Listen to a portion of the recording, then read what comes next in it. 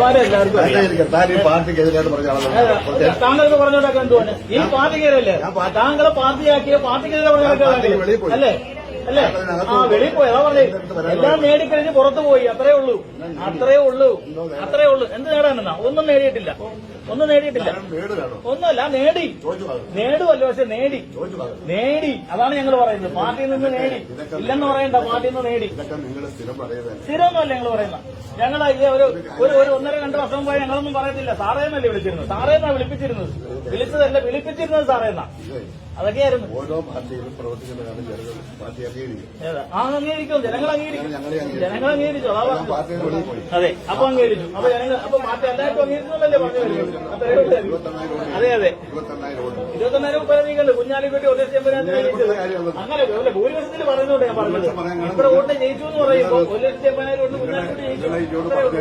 അത് ആരും പറഞ്ഞിട്ടില്ല. ഞങ്ങൾക്ക് നേരിട്ട് മാറ്റാ വന്നത്. അതാണ് അതാണ് പ്രശ്നം. അവിടുത്തെ പ്രശ്നങ്ങളാണ്. ഞങ്ങൾ പറഞ്ഞു വെച്ച ആള് തോറ്റുപോയിരുന്നു. എല്ലാ തവണയും ജയിച്ചല്ലേ MLA ആയിരുന്നു മന്ത്രിയായിരുന്നു.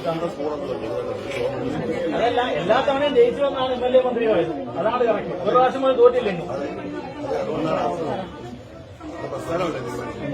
പ്രസ്ഥാനം തീരുമാനിച്ചു. പിന്നെ ഞങ്ങൾ ഉത്തരേക്ക് വന്നത് ഇപ്പൊ തോറ്റാണ് പ്രസ്ഥാനം തീരുമാനിച്ചായിരുന്നു. അത്രേ ഉള്ളൂ.